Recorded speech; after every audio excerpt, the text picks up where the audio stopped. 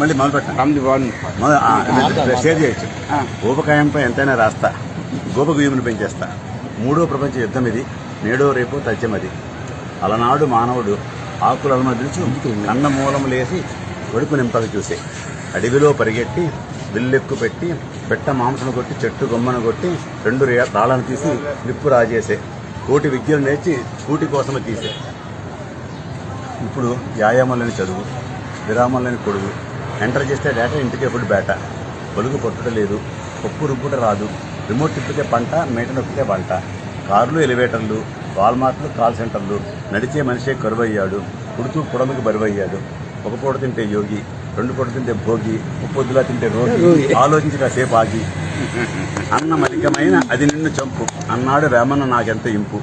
గుండెకు జబ్బు, మెదడుకు మబ్బు, కీళ్లకు రోగం, ఊపిరితో రాగం, రక్తపోటు ఎక్కువ, చక్కెర వ్యాధికి మక్కువ, లివర్లో కొవ్వు, క్యాన్సర్కి లవ్వు, ఎక్కువగా కొరక పక్కవాడికి ఎరుక, ఊకాయంతో ప్రాణం, కోరుగాల్లో దీపం.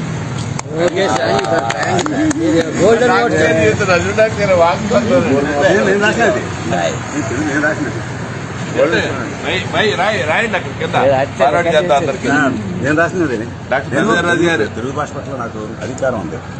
దేనికన్నా నిన్న వీటిలో మన భాష. తెలుగు వృత్త పద్యం అలరేను ప్రాస. పల్లె పల్లెకు చూడ మారేను యాస. అల్లసాని యుగునికి ఇంపైన భాష. నన్నయాది కవుల కన్నది భాష. తిక్కన అక్కున చేరని భాష.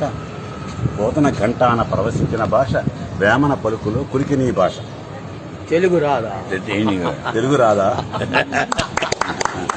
తెలుగు ఎన్న దేశంలో తెలుగు ఏను తెలుగు వల్ల బుండ తెలుగు కండ ఎల్లందు కొలికొలికి తెలుగువా భాషాడి దేశ భాషలందు తెలుగు లెస్స.